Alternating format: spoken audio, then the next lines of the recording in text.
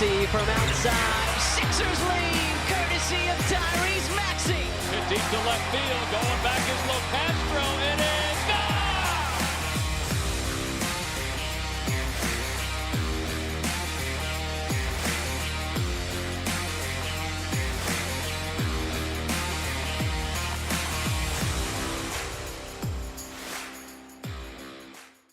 Hello, everyone, and welcome back to the Beef Up Front podcast here on Pick Swap Media. Your host, Ryan Coyle, as always, continuing on with our college football preview series. After this episode, we only have 3 more episodes to get into, and then we're off to the races. Games galore from there. I'm recording this 2 days out from week 0, kicking off with Florida State and Georgia Tech over in Dublin. In today's episode, we will be breaking down nothing but the Tide. Alabama, I think the story of the offseason. It was at least to me, it was a where were you moment. I remember driving home from work, pulling into the bank parking lot to go to the ATM when I got the alert on my phone that Nick Saban was stepping down as the head coach of Alabama and retiring. I thought he at least had, a handful of years left. He still seems to be was on the top of his game when it came to coaching. But I think just at this point in his life, with the evolution of college football, the transfer portal, the NIL, everything in between, it's not so much as coaching anymore. You're more like a CEO kind of running the business. And then you got to go on game day and do everything that he does on game day as well. So I think at his age, it was just becoming a little bit too much. But the most dominant coach, I put him up against Belichick for my lifetime in sports, just in general, not just football, but in all sports. I'd probably put him next to Bill Belichick, neck and neck there. I think winning Super Bowl is probably a little bit more difficult than winning the college football championship 6 times that Nick Saban did with Alabama, 1 time with LSU. But I mean, just tip of the cap to Nick Saban on a hell of a career. And for my money, the most dominant run in college football history with what he did at Alabama over that extended period of time that he was there. So I think it's going to be very different not seeing him on the sideline. I know Kalen DeBoer is going to have a lot of attention on him this year, especially. But like, if that team, just say in year 1, goes 8-4, 9-3, how is he received? Do the fans want him out already? Like, he's going to have as much pressure on him, I'd say, as Ryan Day. And Ryan Day is already established, so maybe he has a little bit more, and with the Michigan struggles of recent. But Kalen DeBoer, you're right up there, probably 1 and 2 in terms of pressure on you from day one when he took the job. When he went up to the microphone on that opening press conference, the pressure was in. Like, you got all eyes on you 24/7, 365 from there on out. So definitely a different era of college football now with Nick Saban no longer on the sidelines. It'll still be cool to kind of see what he has to say on game day and throughout the media. But kind of excited to see what Alabama brings to the table this year. I think they're one of the 5 most interesting teams as we head into the season for kind of what they're going to become under their new head coach and Kalen DeBoer. And we'll get into DeBoer a little bit. 37-9 in his career as a head coach, entering his first year at Alabama, obviously departs from Washington after leading that squad all the way to a Pac-12 title and a national championship appearance last year before eventually bowing out to Michigan. But he's renowned as an offensive mastermind, one of, if not the best offensive mind in the entire sport. That's some pretty lofty praise. Pretty young head coach. I mean, he's not Dan Lanning young, but he's a guy that, if all works out, he should be at Alabama for the next 15 to 20 years. So I'm excited to see what he does there. I think Alabama had a bunch of different identities under Nick Saban. Like, when I was growing up, the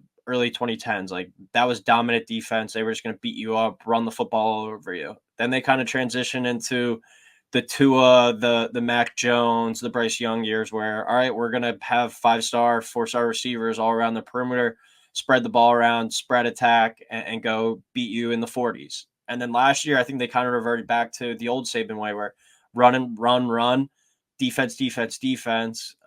And eventually that kind of made them fall short against Michigan, which we'll get into. But I'm interested to see the style of attack that DeBoer brings, because he was known for his passing attack, especially with Michael Penix at Washington. Does he bring that similar style of approach? Penix was a first-round pick at the quarterback spot, a much better overall thrower of the football, I think we can say, than Jalen Milroe is. So Does he bring that same style of offense, or does he kind of adapt a little bit? Either way, I think this is a guy that is really creative and knows how to call plays. And I'm excited to see what he does at Alabama, transitioning over to the SEC, but a lot of pressure on him from day one. To recap the 2023 season, 12-2 overall, 8-0 in SEC play during the regular season. Beat undefeated Georgia in the SEC championship game 27-24, giving them their first loss to this since November 2020. So that was pretty insane there, until eventually, the SEC title game where Alabama tripped them up. But they go and play Michigan in the playoff.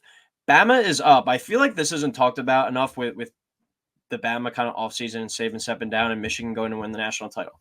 Bama is up in the playoff game, 20-13 with 3:19 left. It's 4th and 2 at the Alabama 40. Michigan converts that on that little out route kind of to Blake Corum from J.J. McCarthy. If they don't convert that, Alabama is most likely going to the national title. Like at least one first down, that makes it really difficult. Even if they stop them, they're kind of in field goal range. That makes it a 2-score game if they're able to convert on a field goal there. Michigan converts that 4th down. They go on to win the game 27-20 in overtime. Like Alabama was very close to be playing in the national title last year. And then, as we know, a few weeks later, Saban retires. As I said, arguably the most dominant run of any program in the sport. While Nick Saban was a head coach at Alabama, the most dominant run in college football history, I think you could make an argument. But it comes to an end there, and now we turn the page to Kalen DeBoer. But when you look at the team last year as well, they kind of were struggling at the beginning of the year. They had that 17-3 game to South Florida. They lose to Texas at home last year at Alabama, 34-24 in the second week of the season. Was able to bounce back from that, though, and make that run to the SEC title, win the SEC title, win that awesome Iron Bowl game with Jalen Milroe and Isaiah Bond creating some electric kind of Hail Mary type play there at the end. But Jalen Milroe, I think, showed tremendous growth over the course of the season. But when Saban departed Alabama, so did a lot of players. They only have 5 on offense and 3 on defense, back from the starters from last year. But as always, this team will be loaded. They enter the year at number 5 in the first year of DeBoer. And while the team had 30 players enter the transfer portal, a pretty big number, especially for a school like Alabama, 18 of the 22 projected starters this year are upperclassmen with a lot of experience. So while Nick Saban left, a lot of talent left and walked out the door, this team's going to be just fine, and they're already recruiting at a really high level as well. So I don't expect the Alabama train to slow down anytime soon, but will they ever be as dominant as they once were under Nick Saban? It's pretty lofty goals to have, but it remains to be seen. When you look at the offense for this year, what will the offense look like? We talked about it a little bit when we were talking about DeBoer getting hired, but last time we saw Kalen DeBoer orchestrating an offense, he led Washington, of all teams, to the national championship. And this guy, for my money, is one of, if not the most creative minds in all of college football. Last year, Washington's offense, led by Michael Penix, who was a first-round pick to the Falcons, and Rome Odunze, who was another first-round pick to the Bears. That was an offense that was 13th in scoring, 2nd in passing, and 12th in total offense. When you compare Bama's offensive numbers to that last year under Tommy Rees and with Nick Saban still as a head coach, they were 23rd in scoring, 68th in passing, and 56th in total offense. So some pretty big differences there. And as we said, with the defensive staff, that's kind of, I think, where Nick Saban will be missed the most. The offense, when they kind of brought in that new look kind of spread attack, you had Lane Kiffin, you had Sark running the show. Last year with Tommy Rees, kind of a more inexperienced guy, and he was a guy that played at Notre Dame and came from kind of, 2 tight end sets, extra linemen, run the ball, all that good stuff. This is going to be a completely new look offense, I think, with Kalen DeBoer running the show. When you look at Jalen Milroe, a great dual threat athlete, and he really came on as the year went on, and I think showed as much, if not the most progression kind of any quarterback from start to finish last year. Arguably the best deep ball thrower in the country, but had his struggles underneath in kind of the short to intermediate range. If they're going to go out there and throw it 35, 40 times, I wonder how he holds up over an entire season like that. His dual threat ability, though, and a second full year of him being a starter, I think he's a legit Heisman threat as well at 14-1. They lose their top 2 running backs with Jace McClellan and Roydell Williams from last year. McClellan went to the NFL draft on the Falcons now, and then Roydell Williams transferred to Florida State. But the buzz around the Alabama kind of program is that the running back room is even improved this year. And they're really excited about the running backs. Jam Miller and Justice Haynes are the two guys in Alabama for a long time now has used multiple backs. And you're going to have to in the wars of the SEC. If you make it to the playoff, you're going to have multiple guys. This is a long season. Like, you could potentially play 16, 17 games if you're making a run all the way to the national title. So you need to have your depth and you need to have these guys. And Bama has a really good 1-2 punch they feel right there. Interested to see, though, if DeBoer switches up the offense and makes it a little bit more balanced. As we said, they were second in passing at Washington. See if he utilizes these running backs and Jalen Milroe with his legs a little bit more. But I'm not concerned. I think Kalen DeBoer knows what he's doing. I think he'll know, can I make Jalen Milroe a quarterback that throws it 35, 40 times a game? Or should I balance things out a little bit more? I think this offense at the end of the day is going to be just fine. He knows what he's doing there. Washington's offensive line last year, they won the Joe Moore Award for the best offensive line in the country. So that really helped that offense reach new heights. The Bama offensive line only brings back 3 starters. It isn't the most experienced bunch. They do bring in a transfer at center from that Washington line. Caden Proctor, one of the best left tackles, supposedly, in the country, but it's more young and kind of inexperienced linemen, even if they do have some starts under their belt. So that's something that remains to be seen, and I think was a big reason why the offense had so much success there last year. They also lose Isaiah Bond to Texas at the wide receiver spot, so some guys are going to have to step up. Kobe Prentice, Kendrick Law, those are 2 guys that I think should be salivating that they're having the opportunity to play in this offense and see what guys like Rome Odunze and Jalen Polk did last year under Kalen DeBoer. They also added a Washington transfer in Jeremy Bernard. But as I said, these wide receivers should be thankful that they're kind of in this situation. And I think for utilizing Milroe's deep ball, they're going to have plenty of opportunities this year. And CJ Dupree is back at tight end, one of the better blocking tight ends in the country. Interested to see if he has a grown kind of passing role in this offense this year as a receiver, but one of the better blockers. So for a line that's not that great on paper as of right now, it could kind of evolve as the season goes on. Having another experienced kind of tight end in there helps out as well. When you look at the defensive side of the ball, the side of the ball is where Saban will definitely be missed the most, more so than the offense. However, statistically, though, they weren't that dominant last year. More so just kind of a really solid, above average type of group. 16th in scoring, which is really good, but 31st against the run, 24th against the pass, and 18th in total defense. So, when we were talking about some of these other defenses that we've broken down throughout our preview series, Penn State, Ohio State, Michigan, those were kind of elite defenses last year. Bama was good on the defensive side of the ball last year, but they weren't really carrying them to wins. And that game against Texas was one of the showcases of that, I guess. 34 points they let up, a few deep touchdowns. The secondary got burned quite a bunch there. So that kind of plagued them at the beginning of the year. But the defense got better as the year went on. But Saban's not there anymore. So it's going to be a new look thing. Held opponents to 14 or less in 4 of their 14 games. Only are bringing back 3 starters from the defense from last year and had arguably their 2 best players from that defense in Dallas Turner go to the draft, and safety Caleb Downs, the best freshman in the entire country last year. He transferred to Ohio State. So that's a big, big loss there up front, off the edge, as well as at the safety spot. They bring in Kane Womack, the former South Alabama head coach. He steps down as head coach there. He makes the move to be the DC for Kalen DeBoer at Alabama. And there's a lot of pressure on him there. Alabama expects dominance on defense, great defense, and it's going to be a different look unit with Nick Saban no longer running the show. They do bring back Malachi Moore, a captain from last year's team. He returns in the secondary, kind of a chess piece, like safety, plays all over defensive backfield. I think that's a great guy, one of the more welcomed kind of additions if you're bringing in a new DC with a bunch of people. This guy's seen it all under Nick Saban, really smart player, really experienced player, and a captain from last year's team as well. Also have some strong linemen up front, Jaheim Otis, Tim Smith, Tim Keenan the third, all return. And then they bring back linebackers Deontay Lawson and Jahad Campbell.